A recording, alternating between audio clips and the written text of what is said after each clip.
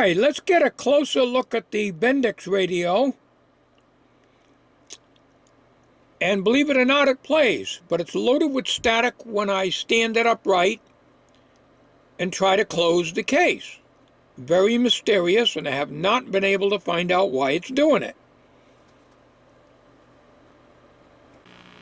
Even though it's a battery set, it took about 30 seconds, or almost 30 seconds for it to come on. That's not normal, but definitely came on. I'm getting interference here in the shop.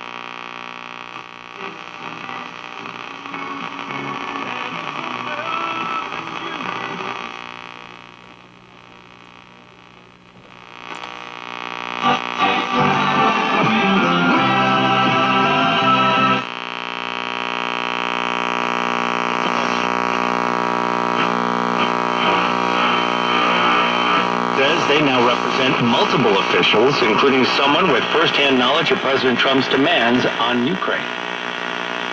The New Jersey State Senate will investigate the continuing problems with New Jersey Transit. WCBS out in New York. I'm going to try to get you on the tripod. I'm trying to keep this short. I'm using the SDR HR12 here. Alright, I'm going to try to keep this video short, and I'm having a hard time keeping my videos short, because it takes me so long to render them. This radio, other than the static that I'm getting in the shop here, worked right off the bat. I brought it up on the Variac. It's doing about 100 mils right now. As close as I can read my amp meter there, digital amp meter. According to the bands here, there is a marine band, broadcast, aircraft, and a filter band. I've never heard of that before, but that's what it says, F-I-L-T-E-R. Broadcast,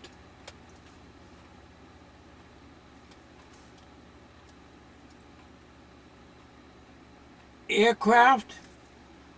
The dial is way up there. It can't see it fully. So on the marine band, which is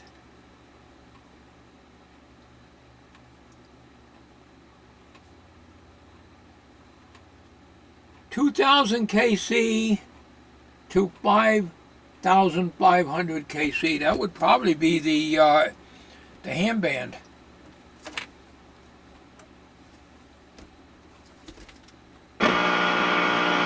That's the broadcast there.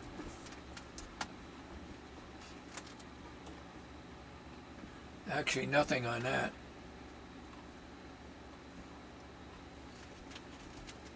Dead silence. Volume's all the way up. Dead silence on that band. That's the broadcast band. This is supposed to be the aircraft band.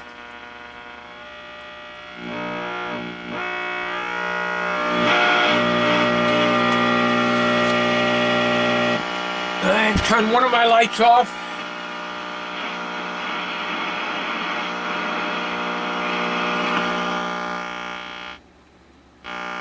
That's interference. See, it's not a hum on the radio.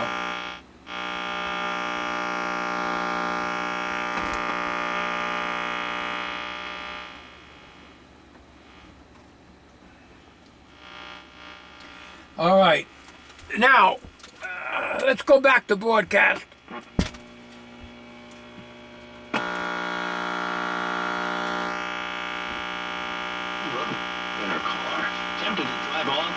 Through a fence and into a nearby shed. Not released any information about a possible suspect. Tennessee getting creative when it comes to... Okay.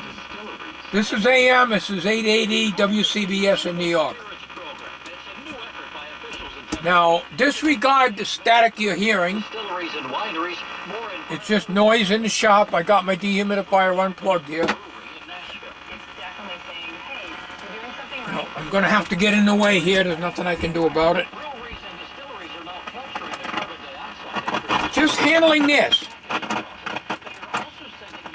There is absolutely no connection to the antenna circuit on these. Now listen to all the static I'm getting.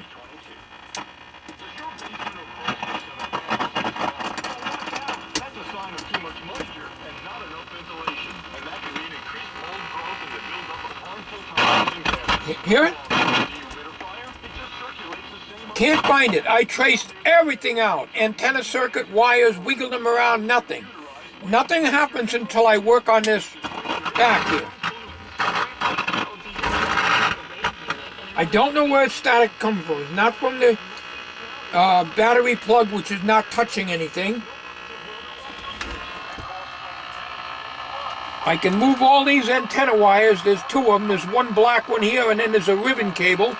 I can move them all day long, no static. I can move them over here all day long, no static. Nothing.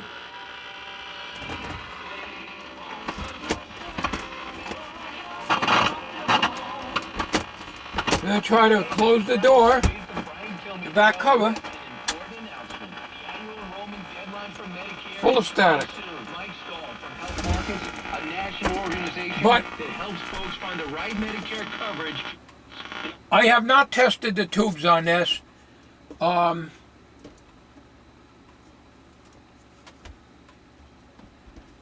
not sure about this dial on here. Like, I'm trying to keep this video short.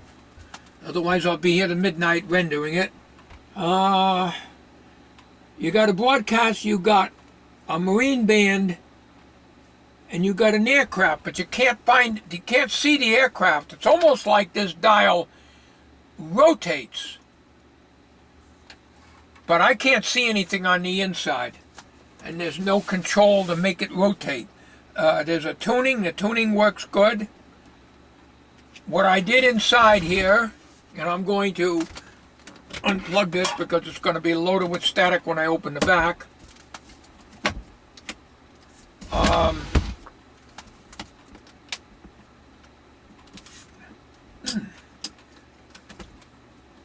This is the one I straightened out. Actually, I didn't bend the thing like that. It was bent a little bit, and it just got worse trying to close it. This one goes down good. You can just push it down and it goes in. But that's what I tried to do to this one, and it's a bear trying to get it closed. So, and of course it's hard with this radio because the hinge don't separate at the bottom. Sorry, I have to hand hold this. I have no way of mounting this camera. There's no rotation device in the dial so that you can see the band. It's almost like the Air-O-Ear. The Air-O-Ear has a band way up on the top, but you can't read it, way up there. You see there's numbers up there, all right? Well, that's the way it is here. You've got your broadcast. Now we can slide all the way over here. You got Marine, okay? That's the band that's totally dead. And you've got aircraft, but you can't, you can see air, but it's way up there. It's shoved way up there.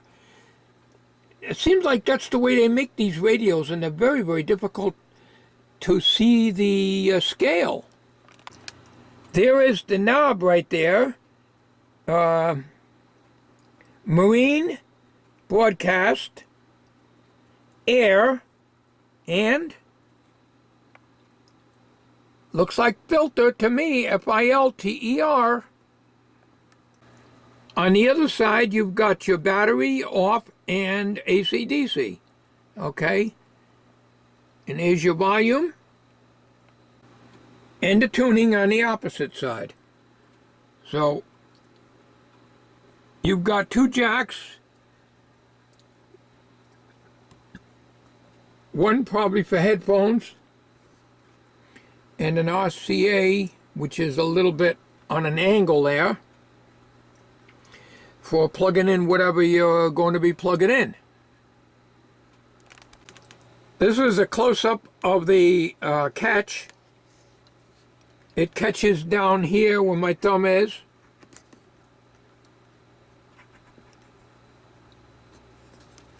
And this is what is buggered up right here.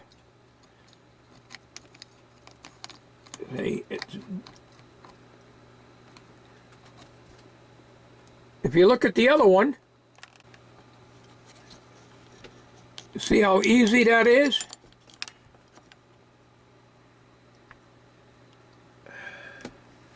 So that would go down, and then you would push this forward to get it to go on to that little thing here to catch it. All right, so I found that out later on. So I've got some gluing here to do. I'll probably use the Duco cement on that, but we're not going to do that now. All right, so this worked right away. So if I do part with this, it's not going to be $10, in spite of what I paid for it. I haven't decided yet.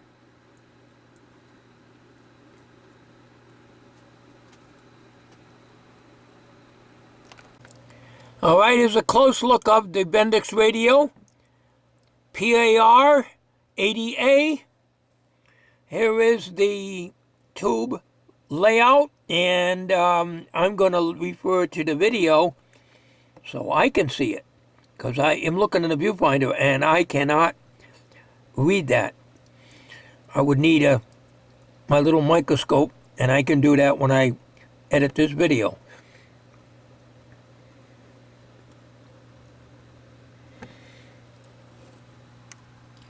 Here you got a little antenna here.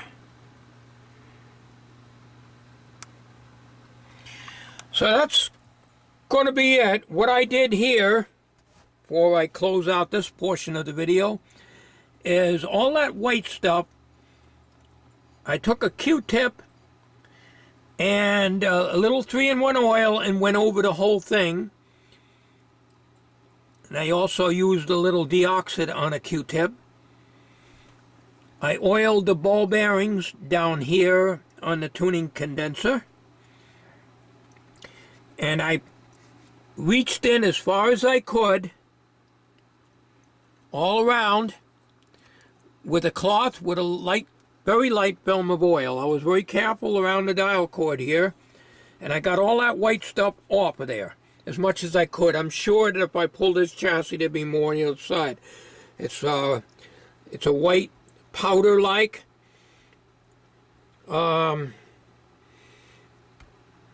I don't know what it is, they call it that, chromium or whatever they call it. But anyways, as long as you neutralize it with oil, it's moist, you're not going to have any problem with that. These metal clips here were coated with it, and I treated that, I cleaned them and then lubricated them with oil, a light film, and they're perfect now, except for a little oil on them. And the tuning capacitor is not loose. That's an awful long one for a short capacitor. I'm wondering if somebody changed that. So that's what's loose. The capacitor's tight. Maybe somebody worked on it. Or somebody could have added this. So I have not looked at the values here yet. It takes a lot of magnification for me to see that. But it looks neat. We'll leave it there like that. All right, so now on to the General Electric radio. Get you some close-ups of that. All right. So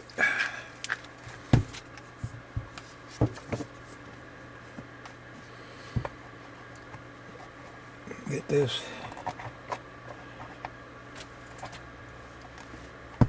Battery cover back off here again.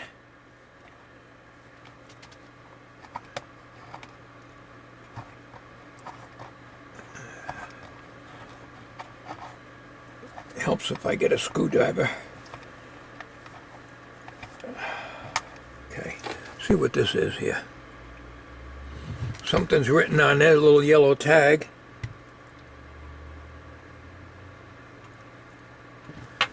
can't make it out. Cannot make that out, so I won't worry about it.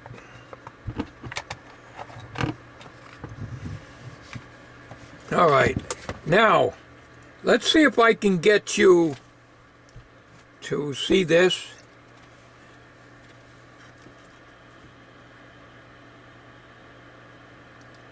If this camera can't focus, nothing will. You see there's writing in there. Let me turn it sideways here.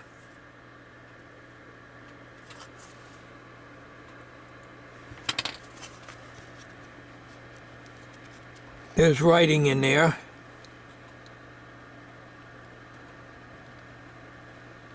You see it? Let me turn it around this way, because I don't know if the writing's right side up or whatever.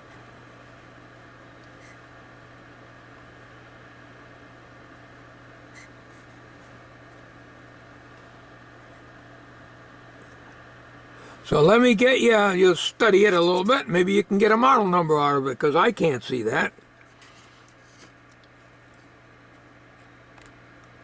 It's supposed to be right about in this area here. But somebody wrote their name or something in there right on top of the model number.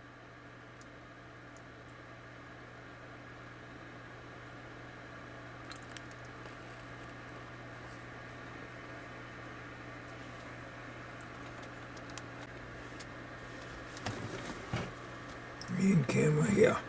There's a Phillips screw right here. It's a rusty one, so I couldn't tell if there was a screw in there at all, because it was rusty. All right. Now,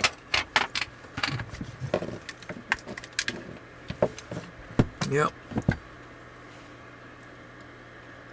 Corrosion on the threads, and that means it's probably pretty well corroded inside.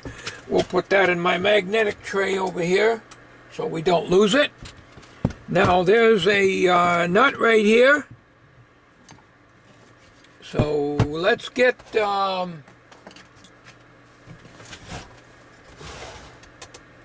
quarter-inch nut driver, which I think this is it. Yep.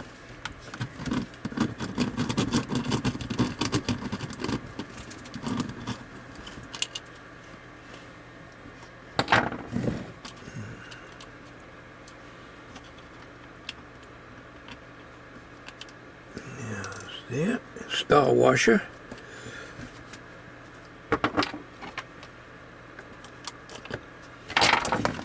Oh, nice, it went down inside the radio.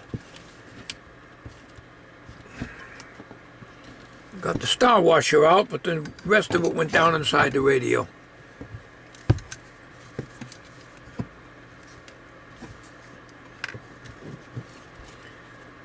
Oh, great.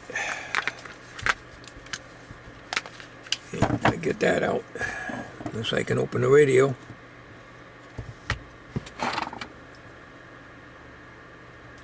Alright, there's two more Phillips screws down in the battery compartment. And this is what I was trying to show you with the ZE1. You see this? Right here? Alright, so that's ready to break off. It's a weak spot because of where the headphones plug in. So we got two more Phillips screws here. Hopefully it comes out without a problem. I'm curious to see what it looks like inside.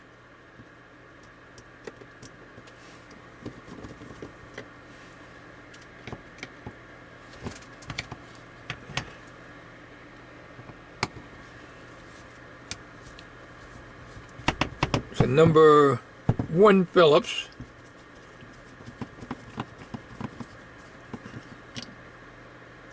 Wait, that came out onto the screwdriver.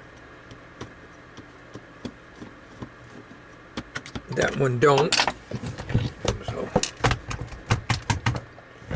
no, you know what it'll do? It'll fall down on the floor, and I'll lose it.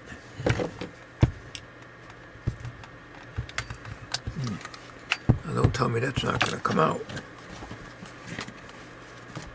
You see the corrosion?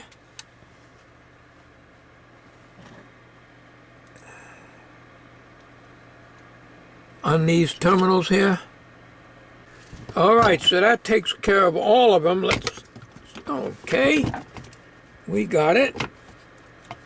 But it's going to be one of these jobs that's going to be wired together.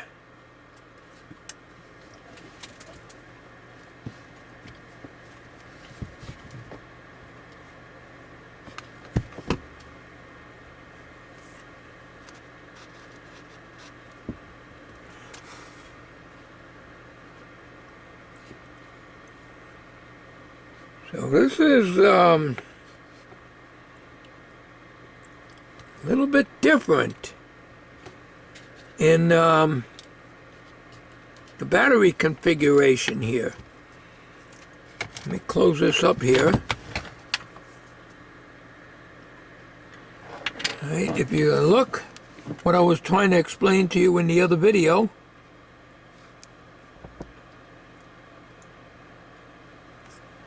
I don't know if you can see that. Let me get a flashlight in there.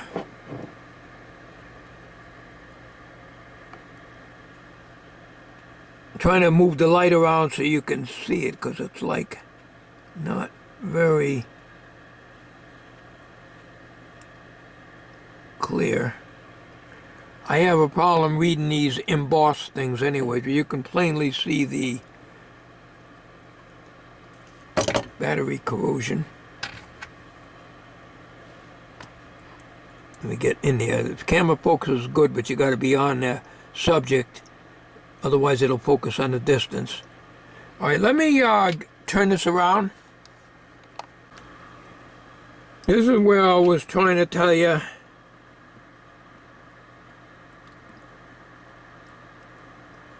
the mercury and the alkaline. Hard to hold this radio in the position I'm in. So, the question is, how do we power this thing up without blowing the thing out? That would be my luck. You know, vacuum tube stuff is pretty forgiving, but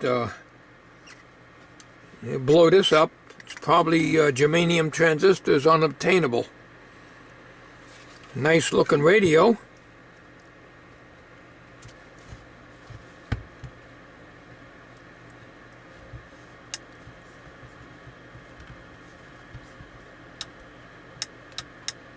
On-off switch. How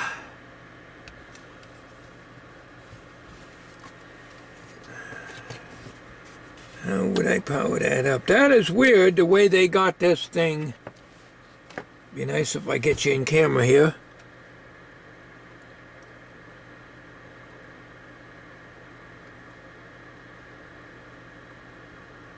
That's going to take some figuring out.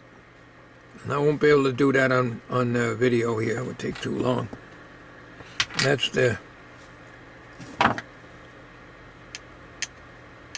speaker magnet there. Okay. Oh, all right. Let me stop the video now. All right. Apparently, it's not like I said in the video when I first got this radio. You see how this is drawn? Where am I here? This one, okay.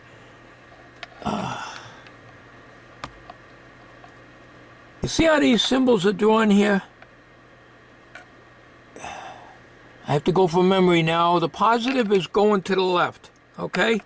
But look at the battery drawing symbol. The tit is over here. The tit represents the positive. But no, they're showing the positive over here.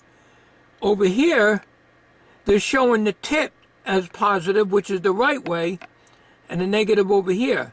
So the positive goes here, whether you use this battery or whether you use this, and I can't read this, I'm sorry. Take my word for it. They're both showing positive going left. I had said in the video, because I went by the symbol here, I could not see that with my poor eyesight. I could not see that positive. And when you look at a battery symbol like this, with a tit out here, the tit is always positive. but not here. Take a look.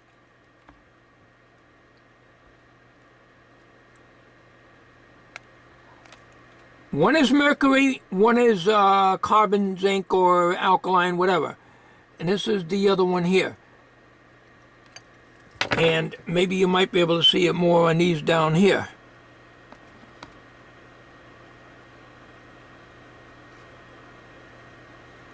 All right. So you can't go by the drawing. They're showing the negative shell, the bottom of the battery, as positive. On the other battery, they're showing the bottom shell of the battery as negative, as the way it's supposed to be.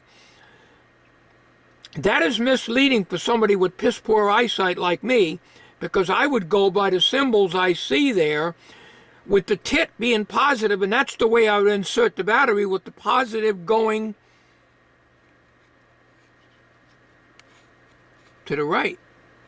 When in reality, all positives go to the left. So, why don't we try to power this thing up on the power supply with that in mind? All right, we got 6 volts going in.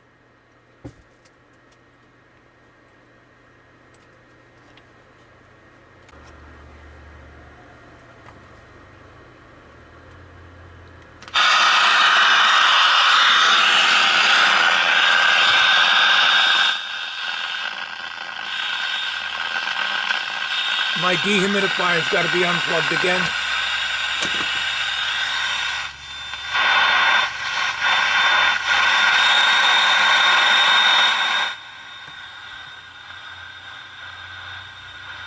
It's exactly 6 volts going into this. Well, a lot of hissing, but no stations.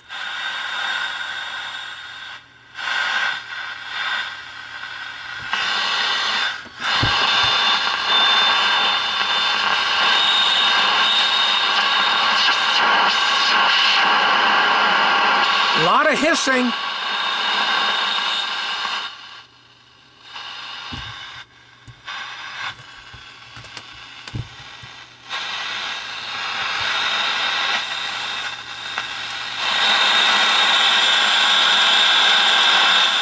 Lots of volume. Hissing and squealing. High-pitched squeal. It's almost like something's trying to come in.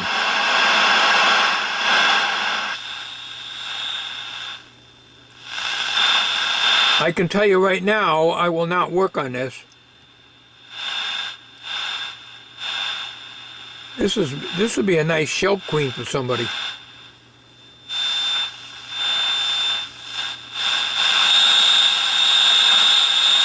There's no way I can service this. I can't work on stuff this small and solid state I hate.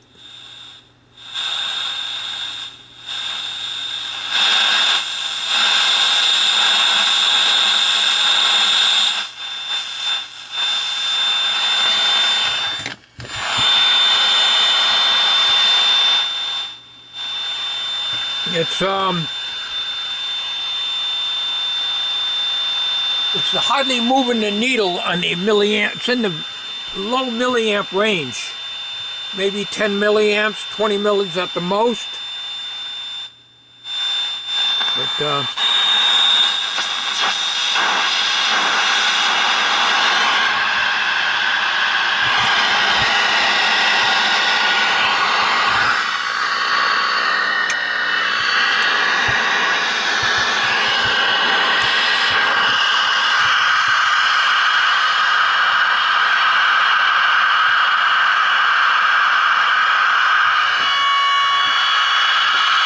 turn the meter off. I might be picking up something from that.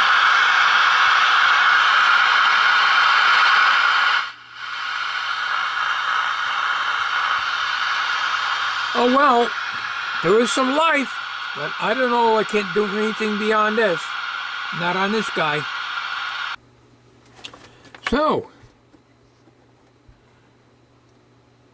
it looks to me like we got a radio that's going to be a beautiful shelf queen. when I saw this, I knew I wouldn't be able to fix it. Not a problem. What's disappointing is when I work on something that I think I can fix and I can't. That's what gets frustrating. But I have absolutely zero luck with transistor radios unless it's like a broken circuit board, I've said this before, or something very, very simple and obvious. Of course, you're going to need battery terminals probably replaced. It's a nice radio. It really is. It's a classic. General Electric, but I can't make out the model number. So you'll have to go by the picture, I guess. But anyways, I may ship this to somebody if there's interest in it, but as far as the suitcase radio is concerned, I may part with it. I haven't decided, but it's not going to be no $10 regardless of what I paid for it. This, I really don't know. It's probably worth some money as a shelf queen. It's got little adjustments here too. Yeah, that tightens up. I just noticed that. So, yeah, you can tighten that up. Same there and there. Nice little radio. And I'm sure it's got some bad caps in it and stuff like that, but it's too small for me to work on. And what will happen is I'll end up breaking the dial cord and everything else trying to get at things with my rotten eyesight. So I'm not going to attempt that and ruin what could be a beautiful little radio. Cosmetically, it's in very good shape, with the exception of the this piece here being torn out like that, because they had to go and put the hole right in the middle of the strap instead of maybe putting the earphone jack in another location. I don't know if there's another case that goes over this or this is it. It would look to me like it may have had a case that slipped over the top of this. I don't know. But anyways, that concludes the video. As it is now, it's probably going to be 2 or 3 hours rendering in Sony Movie Studio. So, thank you for watching. And the big Norelco radio, well, that's going to be a while before I get onto that.